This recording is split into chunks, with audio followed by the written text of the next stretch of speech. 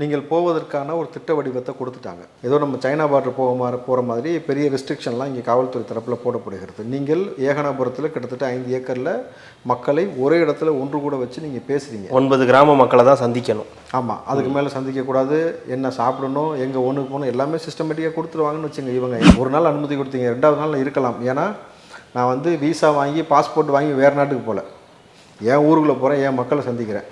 நான் நாட்டை ஆளுநம் துடிக்கக்கூடிய எனக்கு இவ்வளோ தான் ரெஸ்ட்ரிக்ஷன் நீங்கள் சொல்லி உட்காந்தாக்கா விஜய் நீங்கள் கைது பண்ணிங்கனாக்கா விஜய் அடுத்த நாள் ரிலீஸ் ஆகும்போது தமிழ்நாடு என்னவாக இருக்குன்றதை அந்த you can feel the heat DMK feel பண்ணிக்கலாம். ஆனால் பிற கட்சிகள் இது எப்படி கையில் எடுப்பாங்கன்னா, ஒருவேளை விஜய் அங்கே அமர்ந்துட்டால் 100% சீமான் போவர். விஜய் அவர்களுக்கு ஒரு கருப்பு கொடி காட்ட போகிறாங்க, கருப்பு புல்லன் காட்ட போகிறாங்க, எதிர்ப்பெல்லாம் வந்தால் நீங்கள் தான் சமாளிச்சுக்கணுன்ற மாதிரியான அறிவுறுத்தலும் கொடுத்தப்பட்டதாக செய்தி. கருப்பு கொடியா? யார் தரப்பில் இருந்து? மக்கள் தரப்பில் இருக்குது. மக்கள் தரப்பில் இருந்தா அப்படின்னு மக்கள் எவ்வளோ செய்வானா? அதை மேலிடத்துலேருந்து சொல்லாமல் செல்வ பிறந்தகை அப்படி ஒரு ஸ்டேட்மெண்ட்டை சொல்லியிருக்க வாய்ப்பில்லை. அப்படி சொல்கிறாருன்னும் பொழுது விஜய் நிச்சயமாக இந்தியா கூட்டணிக்குள் வந்து இணைவார். திமுக வெளியே போயிடுச்சுன்னா இப்போ நீங்கள் புதுசாக வந்திருக்கீங்க, உங்களுடைய பலம் குவார்ட்டருக்காக எவனும் உங்க கூட வரல, வயசானவன் எவனும் வரல, பிரியாணிக்காக வரல. தன்னிச்சா நீ எப்போ என்ன சொல்லுவீங்க நாங்கள் வரணும்னு ரெடியாக துடிச்சிக்கிட்டு இருக்க பசங்க இருக்கும் பொழுது அவங்கள வச்சுக்கிட்டு தான் தமிழ்நாட்டுடைய தலையெழுத்தை மாற்ற முடியுன்றது உண்மை, யதார்த்தமான உண்மை. வச்சுக்கிட்டு செய்யுங்கன்றேன். நீங்கள் படம் காட்டுறீங்களா படம் காட்டலையான்றதுலாம் இல்லை, ஆனால் நீங்கள் களத்தில் இறங்கி திமுகவுக்கு பயம் காட்டுங்க.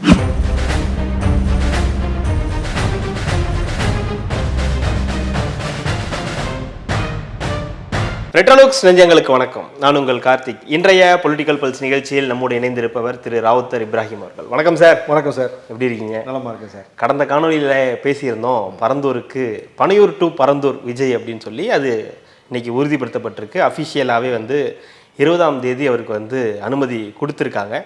அனுமதி மட்டும் கொடுக்கல, கட்டுப்பாடும் விதிச்சிருக்காங்க. கிட்டத்தட்ட நிறைய கட்டுப்பாடுகள், இத்தனை பேரோட தான் வரணும், இங்கே தான் இருக்கணும், இவ்வளோ நேரம் அப்படின்றதெல்லாம் வந்து குறித்து கொடுத்துருக்காங்க. ஒரு 2 இடங்களில் எந்த இடம் அப்படின்றத நீங்கள் சூஸ் பண்ணிக்கிங்க அப்படின்றது இருக்காங்க. எப்படி பார்க்குறீங்க? ஏன்னா இந்த முதல் தடவையாக வெளியே வந்து ஒரு மக்கள் மீதான ஒரு மக்களுக்கு தேவையான ஒரு விஷயத்துக்காக முதல்ல வெளியே வரார். அதற்கு இவ்வளோ கட்டுப்பாடுகள் வந்து போடப்பட்டிருக்கு காவல்துறையால்.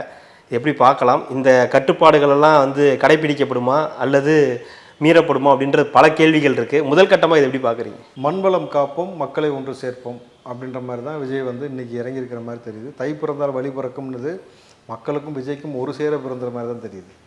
ஏன்னா விஜய் அவர்கள் முதல் முறையாக மக்கள் பிரச்சனைக்காக மண் சார்ந்த பிரச்சனைக்காக விவசாயத்திற்காக உள்ள வராரு.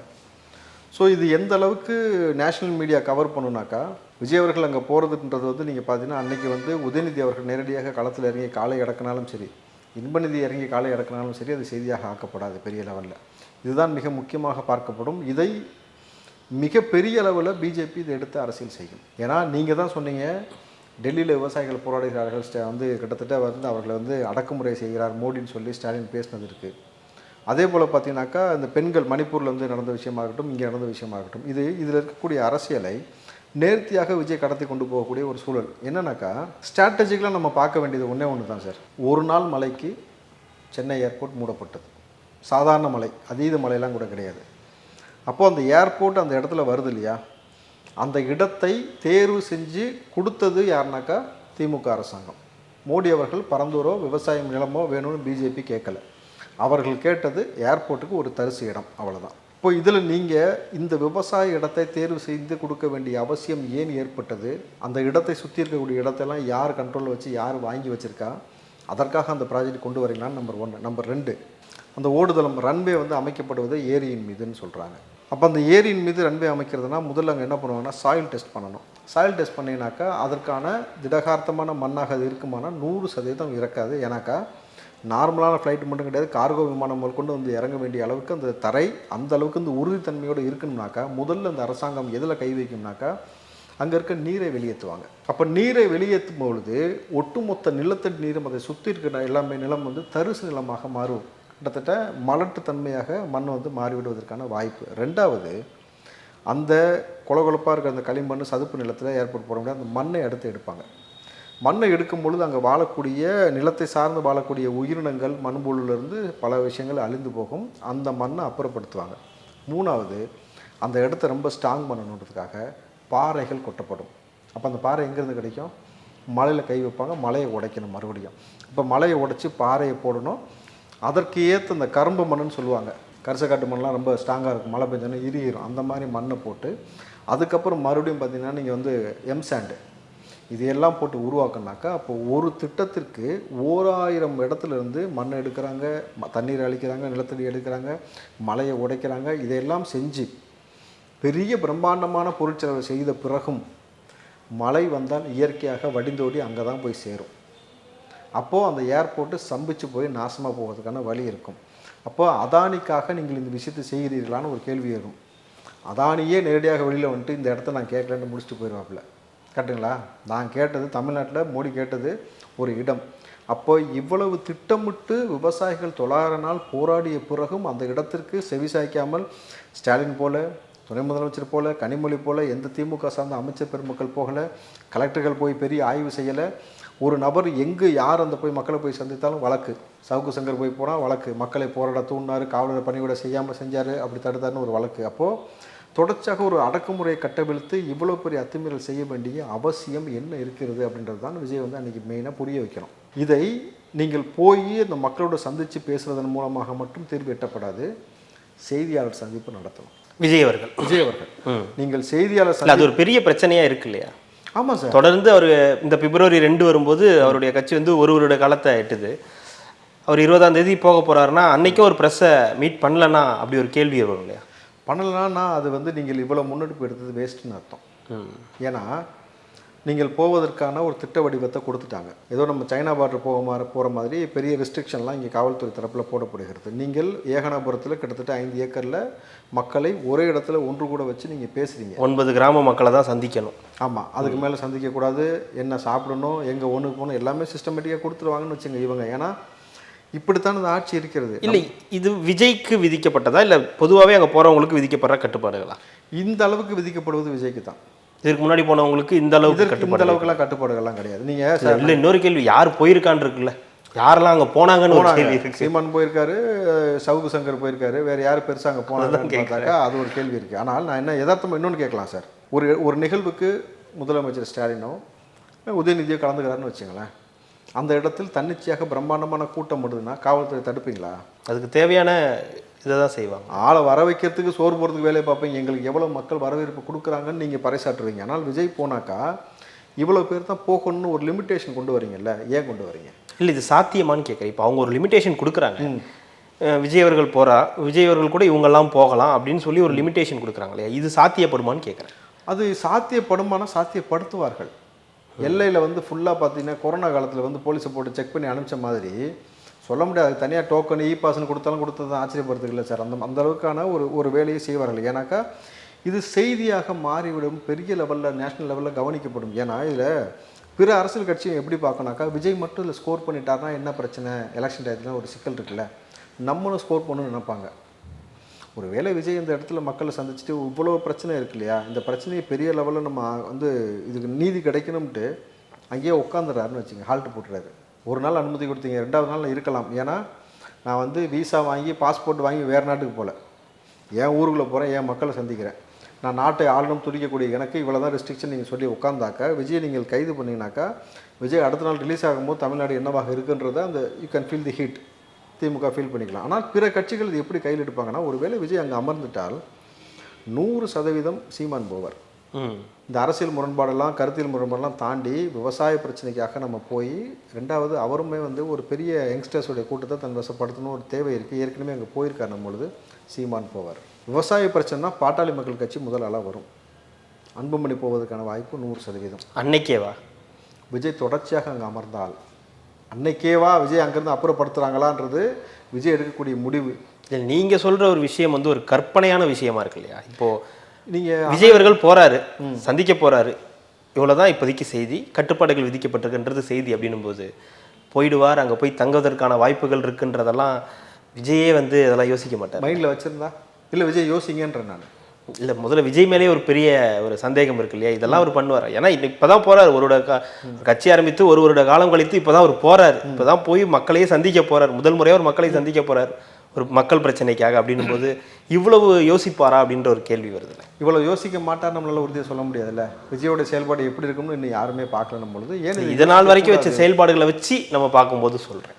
இல்லை, நீங்கள் சர்க்கார் படமாக இருக்கட்டும், இல்லை வந்து இந்த விவசாயம் சம்பந்தமாக சில படங்களில் சொல்லப்பட்ட கருத்தாக இருக்கட்டும், இவருக்குமே வந்து விவசாயம் பற்றி இவர் பொதுவெளியில் பேசினதாக இருக்கட்டும், இன்றைக்கு வரைக்கும் ரேஷன் கார்டில் க்யூவில் நிற்கிற விவசாயின்னு சொன்ன விஷயமா இருக்கட்டும், இது அவசரம் கிடையாது அவசியமும் கூடன்னு அவர் சொன்ன விஷயமா இருக்கட்டும். ஸோ பல ஆங்கிளில் யோசித்து பல விஷயத்துக்கு ஒரு முற்றுப்புள்ளி வைக்க வேண்டிய ஒரு சூழல் இருக்குது. நம்ம அங்கே போயிட்டு ஏன் நம்ம ஒரு நாள் 2 நாள் அங்கேயே தங்குற மாதிரி ஏற்பாடு பண்ணுனா என்ன, இல்லை அந்த மக்களுடைய கோரிக்கை அந்த மாதிரி இருந்து ஒரு நாள் 2 நாள் நீங்கள் இருங்க, 900 நாள் நாங்கள் போய் பார்க்கும்பொழுது பேசும்பொழுது எங்களை திரும்பி பார்க்காத நபர்கள் எங்களுக்காக எக்ஸ்ட்ரா ஒரு நாள் இருங்கன்னு சொன்னாக்கா அங்கே தங்குவதில் என்ன சிக்கல்? எந்த சிக்கலும் இல்லை. சரி, அங்கே அந்த மேடையிலே தங்க யார் வீட்லேயாவது போய் தங்குறேன்றாரு, நீங்கள் தடுப்பீங்களா? ஊரை விட்டு வெளியே இருங்கன்னு கட்டாயப்படுத்துவீங்களா? அதுக்காக கைது பண்ண முடியுமா? அப்போ அங்கே தங்குனா ஒரு வேளை இந்த வடிவம் வேறு விதமாக மாறுச்சுன்னா, இல்லை விஜய் போயிட்டு வந்த உடனே கூட அடுத்தடுத்த தலைவர்கள் போகலாம் இல்லையா? விஜய் மட்டும் போய் ஸ்கோர் பண்ணிடக்கூடாதுக்காக போகலாம். ஆனால் என் ரிசல்ட்டு இந்த அண்ணா யூனிவர்சிட்டி மாணவிக்காக எப்படி எல்லாரும் ஒரு சேர ஒன்றிணைந்தீங்களோ அதுபோல் விவசாய பிரச்சனைக்காக ஒன்றிணைய வேண்டிய கட்டாயம் இருக்குன்னா டெல்டாக்காரன்னு சொல்லியிருக்காரு சார் எடப்பாடி அவர்கள். அவர் சும்மா இருப்பாரா? ஸோ அவர் போவார், பிரேமலதா அவங்க போவாங்க. பிஜேபி கூடுதலாக ஒரு படி போய் அண்ணாமலை எப்பயுமே கொஞ்சம் வித்தியாசமாக செய்கிறாள்ல, அங்கே போய் நின்று சவுக்கில் அடிச்சுக்க போகிறாரு. ஆனால் அதில் சுற்றிலும் யாரெல்லாம் திமுக சார்ந்த நபர்கள் இடம் வாங்கி போட்டிருக்காங்கன்னு எடுக்கலாம்ல. அவர் கையில் வந்து எல்லாமே இருக்குது, மத்திய அரசுலேருந்து எல்லா இதுவுமே இருக்கணும்போது அந்த தரவுகளை எடுத்து வெளியிட்டு அதன் மூலமாக விஜயை விட அடுத்து நம்ம ஸ்கோர் பண்ணலாம்னு நினைக்கலாம். பட் இது எல்லாத்தையும் ஒன்றையும் சேர்ந்து விஜய் அவர்கள் ப்ரெஸ் மீட்டில் உட்காந்து சில விஷயங்களை பேசினா மட்டும்தான் இதுக்கு ஒரு தீர்வு விட்டோம். ஏன்னா விஜய் அவர்களுக்கு ஒரு கருப்பு கொடி காட்ட போகிறாங்க, கருப்பு புல்லன் காட்ட போகிறாங்க, எதிர்ப்பெல்லாம் வந்தால் நீங்கள் தான் சமாளிச்சுக்கணுன்ற மாதிரியான அறிவுறுத்தலும் கொடுத்தப்பட்டதாக செய்தி. கருப்பு கொடியா? யார் தரப்பில் இருந்து? மக்கள் தரப்பில் இருக்குது. மக்கள் தரப்பில் இருந்தா அப்படின்னு மக்கள் எவ்வளோ செய்வானா அதை? இல்லை, மக்கள் என்ன எதனால் திடீர்னு வரீங்க அந்த மாதிரி, இவ்வளோ நாள் ஏன் வரல, திடீர்னு வரீங்கன்ற மாதிரி சொல்லுவாங்களா? அவங்க 900 நாள் போராடி நீங்கள் வரீங்கன்னு சந்தோஷப்படுவாங்க. அவர்களுக்கு கொடுக்கப்பட்ட அறிவுறுத்தல் இப்படின்னு சொல்லப்படும் பொழுது அப்போ முன்னாடியே ஏற்பாடு பண்ணியிருக்காங்கன்னு அர்த்தம் யாரோ. ஓகே, விஜய் அவர்கள் வரும்பொழுது இந்த மாதிரி சில விஷயத்தை செய்து இதை செய்தியாக மாற்றணும். விஜய்கிட்ட ஏடகுடமாக அவரை டெம்ப்ட் பண்ணுற மாதிரி சில கேள்வியை கேட்பதற்காக சில ஊடகத்தையும் தயார் செய்து கொண்டிருக்கிறார்கள்னு ஒரு செய்தி. நீங்கள் வந்து அதை கேட்டுட்டு விஜய் வந்து அங்கே பஸ்ட் அவுட் ஆனாலும் அதை வேறு மாதிரி அரசியல் பண்ணலாம், சந்திக்காமல் புறக்கணிச்சுட்டு போனாலும் இவ்வளோ தான்ப்பா விஜய் கடைசி வரைக்கும் அவரால் பேச மாட்டார்னு சொல்லி இப்படியும் ஒரு விஷயத்தை கொண்டு வரலாம். பொழுது உள்ளே வரும்பொழுது நீங்கள் எல்லாத்துக்கும் ப்ரிப்பேர் ஆகி வரணும். விஜய் அவர்கள் நீங்கள் உங்கள் பேச தெரியாத பிள்ளை கிடையாது, கரெக்டுங்களா? ஊமையும் கிடையாது. உங்களால் வந்து மிக அழகாக ஒரு விஷயத்தை நேர்த்தியாக கையாளக்கூடிய திறனை வளர்த்து கொள்ளணும். நீங்கள் சட்டலாக எதுக்குமே டென்ஷனே ஆகாமல் ஒரு ஆள் பேசுவார்னா வச்சுக்கோங்க. சமீப காலமாக நீங்கள் பார்த்தீங்கன்னா டிடிவி அந்த மாதிரி பேசுவாங்க. ஆமாம், எந்த கேள்வி நீ எப்படி வளைச்சி கேளு, டென்ஷன் ஆகிறது பஸ்ட் அவுட் ஆகுறதுன்னு நம்ம பார்த்த அரசியல் தலைவர்கள்ட்ட வேறு யார்ட்டையுமே அந்த மாதிரி பொறுமை கிடையாது. இப்போது விஜய் அவர்கள் இந்த நேர்த்தியை கையாண்டால் மட்டும்தான் உங்களை நம்பி வரக்கூடிய தொண்டர்கள் எல்லோருக்கும் ஒரு பெரிய ஒரு நம்பிக்கை ஏற்படும். நாங்கள் எங்கள் அண்ணன் சொன்னார்ல, ஷூட்டிங்லாம் முடிச்சுட்டு வரேன்னு சொன்னார்ல, அது வந்துட்டார்ல மக்கள் பிரச்சனைக்கு, இதை தொடர்ந்து அடுத்து வேங்கைவேலுக்கும் போவார்னு எதிர்பார்க்கப்படுகிறது. ஏன்னா நம்ம அவங்க சைடில் பேசும்பொழுது சொன்னது என்னன்னாக்கா இதோடு நிப்பாட்டுவதாக இல்லை. பரந்தூர் இந்த பிரச்சனையை இதை எப்படி அரசியல்படுத்தணுமோ படுத்தி மக்களுக்கு தேவையான விஷயத்தை பெற்றுக் கொடுப்பதற்கான ஒரு கவனத்தை ஈர்த்து விட்டு வேங்கைவேலுக்கும் செல்வார். விஜய் அவர்கள் யாருக்குமே சொல்லாமல் ரகசியமாக போக வேண்டிய ஒரே இடம் அண்ணா யூனிவர்சிட்டியில் பாதிக்கப்பட்ட மாணவி வீட்டுக்கு மட்டும்தான். நீங்கள் மாறு இடத்துல எப்படியோ போய் அதையும் சந்திக்கணும். ஏன்னா அந்த பிள்ளைகளுக்காக நீங்கள் நேரில் களத்தில் இறங்கலைன்னு இங்கே ஒரு பிரச்சனை இருக்குது. நீங்கள் நேரில் இறங்கினா ஒருவேளை அவங்க சம்மந்தப்பட்ட விஷயங்கள் பூதாகரமாக பர்சனல் டீட்டெயில்ஸ் வெளியில் மறுபடியும் வருவதற்கான வாய்ப்பு இருக்குன்றதுக்காக கூட தவிர்த்துக்கலாம்னு எடுத்துக்கிட்டால் கூட அந்த பிள்ளை வீட்டுக்கும் ரகசியமாக போய் அந்த உத்தரவாதத்தை நீங்கள் கொடுக்கணும். அப்போ தான் வந்து இளைஞர்கள் உங்களை நம்புவாங்க. ஏன்னா ஒரு மேஜிக் ஒன்று நடக்குதுன்னா சார், எம்ஜிஆருக்கு எல்லா தரப்புலேருந்தும் ஒரு ஈர்ப்பு இருந்தது, விஜய்க்கு எல்லா தரப்புலும் இருக்குன்னா ஒரு 80% யங்ஸ்டர்ஸாக இருக்கிறான். 100 இளைஞர்களை கொடுத்தால் இந்தியாவை வல்லரசு ஆக்குகிறேன் யார் சொன்னாலும் உங்களுக்கு தெரியும். அப்படி இருக்கும் பொழுது கோடிக்கணக்கில் இளைஞர்கள் உங்கள் கையில் கோடிக்கணக்கில் இளைஞர்கள் உங்கள் கையில் வந்து நிற்கும் பொழுது அவர்களை எப்படி அரசியல்படுத்தி அதன் மூலம் நீங்கள் ஆட்சி அதிகாரத்தை கைப்பற்றி எப்படி அதில் ஒரு அரசியல் செய்யணுன்றதை நீங்கள் நல்லா தெரிஞ்சுக்கிட்டிங்கன்னா நிச்சயமாக பெரிய டஃப் கொடுக்கலாம். ஏன்னா இன்றைக்கி 2026 பொறுத்த வரைக்கும் அலையன்ஸ் எப்படி போக போகுதுன்னே தெரியல. இன்னொரு பக்கம் விஜய் அவர்கள் இந்த மாதிரி பரந்தூர் போகிறாரு, அவர் வந்து மக்களை சந்திக்க போகிறாருன்னு இருக்கும்போது காலையில் ஒரு செய்தி வந்து செல்வ பெருந்தகை இந்தியா கூட்டணிக்கு விஜய் வந்து அழைக்கிறேன் அப்படின்னு சொல்லியிருக்காரு. ஏற்கனவே விஜய்க்கும் காங்கிரஸுக்கும் ஒரு நெருக்கமான நட்பு இருக்குது அப்படின்னு சொல்லி ஆரம்பத்திலேயே பேசப்பட்டது. அவருக்கு பதவிகள்லாம் கூட வழங்குறதா சொல்லி சில பேர்லாம் சொல்லியிருந்தாங்க. அப்படின்னும் போது திடீர் அழைப்பு எதனால்? இந்தியா கூட்டணிக்கு, அதுவும் காங்கிரஸ் கூட்டணி கூட இல்லை, இந்தியா கூட்டணிக்கு. காங்கிரஸ் கூட்டணிக்கு அழைக்க முடியாதுல்ல. இந்தியா கூட்டணிக்கு அழைப்பதற்கான ரீசன் என்னன்னாக்கா, விஜய் அவர்கள் போகும்பொழுது இது வந்து பார்த்தீங்கன்னாக்கா எல்லா ஸ்டேட்ல இருந்தும் உற்று நோக்குவாங்க. ஒரு நடிகன்ற முறையில் விஜய் எல்லாத்துக்கும் தெரியணும் பொழுது இவரை அங்கே வருவதற்கான ஒரு சாத்தியக்கூறை ஏற்படுத்துவதற்கு முதலாக இப்போ இவருக்கு அழைக்கிறாருன்னும் பொழுது நிச்சயமாக யாரும் சொல்லாமல் அழைச்சிருக்கிறதுக்கான வாய்ப்பு இல்லை. மேலிடத்துலேருந்து சொல்லாமல் செல்வ பிறந்தகை அப்படி ஒரு ஸ்டேட்மெண்ட்டை சொல்லியிருக்க வாய்ப்பு இல்லை. அப்படி சொல்கிறாருன்னும் பொழுது விஜய் நிச்சயமாக இந்தியா கூட்டணிக்குள் வந்து இணைவார். திமுக வெளியே போயிடுச்சுன்னா, திமுக வெளியில் போனால், இந்தியா கூட்டணியிலேருந்து திமுக வெளியேறி விட்டால், இந்தியா கூட்டணியே எந்த நிலமையில் இருக்குன்னு தெரியும் உங்களுக்கு சார். எந்த நிலைமையில் வேணால் இருந்துட்டு போட்டோம் சார். நம்ம கடைசி நம்பிக்கையே நமக்கு இதுதான் சொல்லி டாக்டர் சொல்லுவாங்கல்ல. அந்த போல் வந்து எந்த நேரத்தில் எந்த விஷயம் பூதாகரமாகி உங்களை வந்து அரசியலில் வந்து ஒரு நாள் நிகழ்வே வந்து தலைகளாக ஆட்சியை மாற்றி போடணும் பொழுது எது வேணாலும் சர்க்காஸ்டிக்காக மாற முடியும். அப்படி இருக்கும் பொழுது விஜய் அவர்கள் இந்தியா கூட்டணிக்கு வருவது, இந்தியா கூட்டணிக்கு விஜயை வந்து செல்வ பெருந்தகை அழைக்கிறாருன்னா திமுகவோட ரியாக்ஷன் எப்படி இருக்கும் பார்க்கணும். ஏன்னா செல்வ பெருந்தகை அண்ணன் ஏற்கனவே சொன்னார், நம்ம ஏன் ஆட்சி அதிகாரத்தில் உட்காரக்கூடாது, நம்மளும் ஆட்சியில் வந்து உட்காரணும், தமிழ்நாட்டை ஆளணும்னு சொல்லலாம். அந்த ஆர்வம் வந்து விஜய் பேசினதுக்கப்புறம் எல்லாருக்குமே வந்திருக்கு. இல்லை, அதுக்கு முன்னாடியே அவர் அதுக்கு முன்னாடி பேசியிருக்காங்க. செம்ம அடி அவருக்கு வந்து கொஞ்சம் நஞ்சம் அடி கிடையாது. பொலிட்டிக்கல் ரீதியாக அவருக்கு வந்து அவ்வளோ ஒரு ப்ரெஷர் கொடுக்கப்பட்டது. ரெண்டாவது, ஏற்கனவே தமிழ்நாட்டை ஆண்ட கட்சியும் கூட எதிர்கட்சி வரிசையில் கூட இல்லை. இன்னமும் அவங்க காமராஜர் ஆட்சி அமைக்கணும்னு ஒரு இதோட போராடிட்டு தான் இருக்கு. அதுக்கு காமராஜர் மாதிரி இருக்கணும்ல. அது தேவையில்லை, காமராஜர் ஆட்சி அமைக்கணும். ஏன்னா நல்லா யோசிச்சு பாருங்க சார். இப்போ மூர்த்தி அவர்கள் மீது பல சர்ச்சை இருந்தாலுமே ரொம்ப ஏழ்மையில் ஒரு கல்யாண மண்டபத்தை மதுரையில் திறந்தார். 400 கோடி தான். கம்மி தானே சார்? கம்மி. அவர் கல்யாணம் முடிச்சு ஒரு திருமண நிகழ்ச்சி நடத்தினார், வீட்டுக்கு 1000 கோடி. முதல்வர் சொன்ன வார்த்தை, இது திருமணமாக மாநாடான்னு தெரியல. இந்த இடத்துல காமராஜராக இருந்தால் முதல் கேள்வி, உனக்கு எப்படி அவ்வளோ சொத்து வந்துச்சுன்னு கேட்டிருப்பார். லாஜிக்காக அவர் அதான் முதல்ல கேட்பார். ஏன்னா அவர் அப்படி தான் ஏழ்மையாக ரொம்ப யதார்த்தமாக வாழ்ந்த மனுஷன். தன் தாய்க்கு வீட்டில் தண்ணி குழாய் போட்டு கொடுத்துக்கு அவரான்ட்டார்ல. அப்போது எப்படி ஒரு மனப்போக்கு போய்கிட்டு இருக்குல்ல. அப்போது இந்த நிலைமையில் திமுகவை கடுமையை எதிர்த்துட்டு அந்த கூட்டணிக்குள்ளே வருவதற்கான சாத்தியம் கிடையாது. ஒருவேளை திமுகவை வந்து ராகுல் காந்தி 2026 விரட்டி விடலான்ற ஒரு மனநிலை இருக்கிறான்றதும் அண்மை செய்தி. திமுகவையா சார்? நீங்கள் ஒருவேளை நான் யோசிச்சு பாருங்கள் சார். சார், அவங்க கூட போனால் ஒரு வெற்றிக்கான வாய்ப்புகள் அதிகம் இருக்குது. விஜய் வந்து ஒரு அன்டெஸ்டட் அப்படின்னும் போது திமுக விடையா விஜய் வந்து ஒரு சிறந்த ஆப்ஷனாக இருந்துட போகிறாங்க. விஜய் சிறந்த ஆப்ஷனாக இல்லையா? திமுக பேட் ஆப்ஷனு. 2026 அது மோசமான ஆப்ஷன்ஸு. அது இருக்கிறது தான் பிரச்சனைங்க. காங்கிரஸ் ஒரு வேளை தேசிய கட்சியாக இல்லாமல் மாநில கட்சியாக இருந்தாலும் என்றைக்கும் அழிஞ்சிருக்கும் தமிழ்நாட்டில். தெரியுமா உங்களுக்கு? அழிச்சிருப்பாங்க.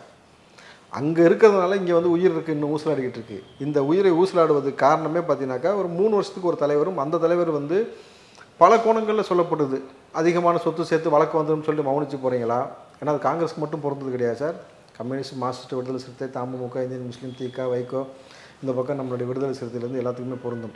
இப்போது வரக்கூடிய எல்லா கூட்டணி கட்சியிலும் மௌனமாக போகிறது, உங்களுடைய சொத்து அதிகமாக இருக்குன்ட்டா, அவங்க மீது விளக்கு இருக்கிறதுக்காகவா, ஏன் இவ்வளோ பொறுமையாக போகிறீங்க, கட்சியை வளர்க்கக்கூடிய வேலை செய்யணும் பொழுது இப்போ இதை அண்ணன் செல்வ பிறந்தகை இதையும் ராகுலிடம் சொல்லணும்ல. திமுக வேணால் நம்ம வேணால் அவரை கூப்பிட்டுக்கலாம் அப்படின்ற ஒரு ஆப்ஷனை கொண்டு வந்தீங்கன்னாக்கா பெட்ரு. இல்லாட்டி வாய்ப்பு இல்லை. எங்கேயாவது தெரியுது அவங்களுக்கு அந்த மாதிரி இந்த திமுக கூட்டணியிலேருந்து காங்கிரஸோ, விடுதலை சிறுத்தைகளோ, கம்யூனிஸ்ட்டோ வெளியே வந்துடும்ன்றது உங்களுக்கு எங்கேயாவது தெரியுது அந்த சர்க்கிளில்? இது வரைக்கும் ரொம்ப டீப்பாக போயிருக்காங்கன்னு தெரியுது. எங்கே? திமுகக்குள்ளே.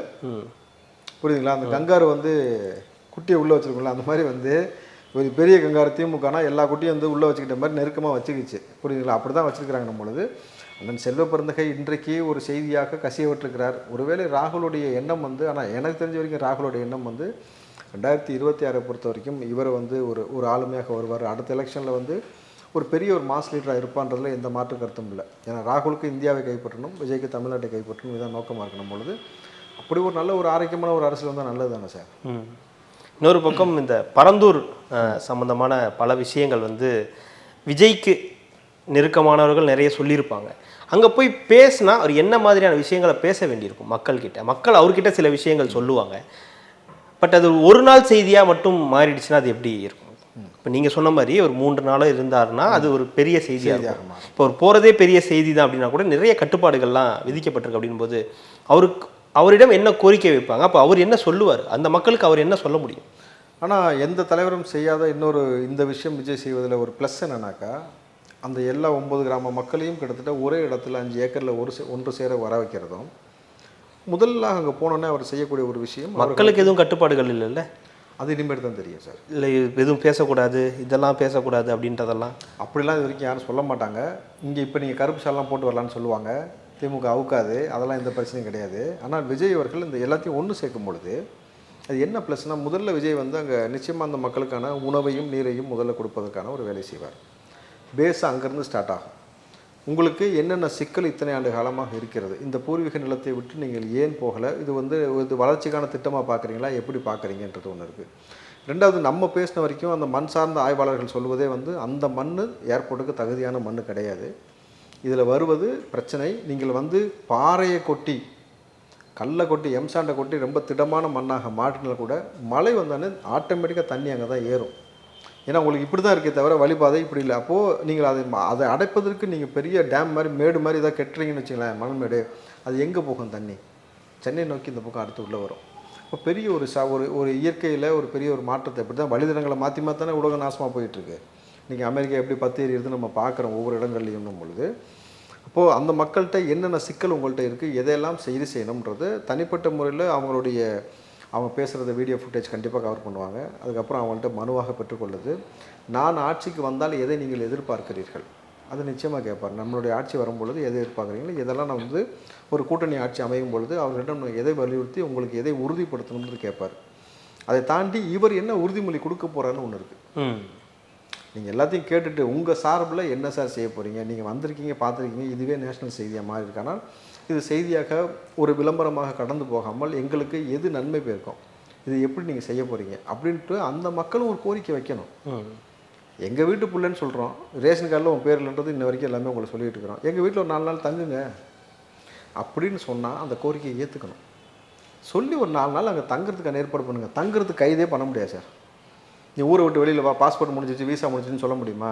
நான் வந்த பிரச்சனையை பேசிட்டேன்ப்பா, உறவுகளோடு 4 நாள் வீட்டில் இருக்கிறேன். விஜயகாந்த் சொன்னார், பொது மேடைகளில் வச்சு மாநாட்டில் சொன்னார், நான் வந்தால் அவன் வீட்டில் சோறு போட மாட்டேன், ஆளாளுக்கு ஒரு வீட்டில் தங்கிட்டு போவேன், எனக்கு 2 ஆம்பளை பிள்ளை, எந்த கவனம் இல்லைன்னு சொன்னார். அதே போல் துணிவாக நீங்கள் இறங்கி சில வேலைகளை செய்தீர்கள்னாக்கா இது வேறு வடிவம் பெறும். இல்லைனாக்கா இது ஒரு நார்மலான விஜய் முதல் முறையாக மக்களை சந்திக்க வந்துட்டாருப்பா, இவன் நாள் வராதால் வந்துட்டாருப்பா, ஒரு நியூஸ் ஆயிடுச்சுப்பா, அவ்வளோதான்ப்பா அப்படின்ற மாதிரி முடிஞ்சிடும். அப்போ அது அவர் கையில் தான் இருக்குது. திரும்ப அதே கேள்வி தான், ஒரு நாள் செய்தியாக மட்டும் இதை கடந்து தாவேக்காவினரோ விஜயோ கடந்துட்டாங்கன்னா அதுவும் செய்தி, அவ்வளோதான், அன்றைய செய்தியாக மாறிடும். அப்படின்னும் போது நீங்கள் ஏற்கனவே சொன்னீங்கன்னு நிறைய திட்டங்கள் இருக்குது. அப்போ இந்த பரந்தூர் முடித்து ஒரு வேலை இது அவருக்கு சக்ஸஸான ஒரு இதுவாக மாறிடுச்சுன்னா அவருடைய அடுத்த திட்டம் வேங்கவயல். நிச்சயமாக வேங்கவயல் அங்கே போகிறது. அதுக்கு அடுத்து மறுபடியும் பார்த்தீங்கன்னா வேங்கவயல் முடிச்சுட்டு கள்ளக்குறிச்சி கள்ளசாரம் நிகழ்வு நடந்த இடத்துல மறுபடியும் எல்லாத்தையும் போய் சந்திக்கக்கூடிய, இது ஒரு வகையான அரசியலாக தானே மாறுது. இது அரசியலாக மாற தான் சார் ஒன்றுமே வந்து அதுக்கு அடுத்த வடிவம் பெறுது. இப்போ இத்தனை அரசியல் கட்சிகள் உள்ளே வந்து ஒரு வேலையை மக்கள் நலனுக்காக இது எல்லாமே முடிஞ்ச இடம். இது வந்து பரந்தூர் போயிட்டுருக்கு ஒரு விஷயம், போராட்டம் போயிட்டுருக்கு, 900 நாட்களாக ஒரு போராட்டம் போயிட்டுருக்கு.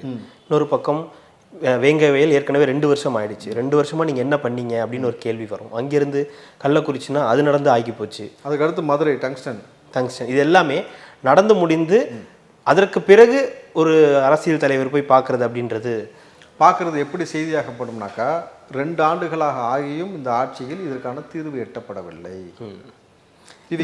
ஒரு விஷயத்தை இன்ஸ்டண்ட்டாக பண்ணாமல் அதை பொறுத்திருந்து காத்திருந்து அவருக்கு நேரம் கிடைக்கும் போது போய் பார்க்குறது அப்படின்றது நல்ல விஷயமா பார்க்க. நாங்கள் இதுக்கு தீர்வு எட்டிருவோம், குழு போட்டிருக்கோம், நாங்கள் இதுக்கு ஆய்வு பண்ணுறோம், வேங்கவயலுக்கு வந்து மலத்தெல்லாம் எடுத்து சாம்பிளுக்கு அனுப்பிச்சிருக்கோம், நாங்கள் இதை செஞ்சுருவோம், செய்ய மாட்டோம்னு எங்கே சொன்னோம்னு சொன்னாங்கல்ல. 2 வருஷமாக இப்போ செய்யலைன்னு ப்ரூவ் ஆயிடுச்சுல, இது வரைக்கும் செய்யலையில் இப்போ இதற்கு என்ன செய்ய போகிறீங்கன்னு நான் கேள்வி எழுப்புறேன்னு வரும்பொழுது நியாயமாகப்படும். ஏன் நாளைக்கு டிவிகே சார்பாக அவங்க அட்வொகேட் மூலமாக ஒரு வழக்கு பதியலாம், 2 ஆண்டு காலமாக இந்த மாதிரி ஒரு விஷயம் போய்கிட்டு இருக்கு, இதை முன்னெடுக்கணும்ன்ட்டு.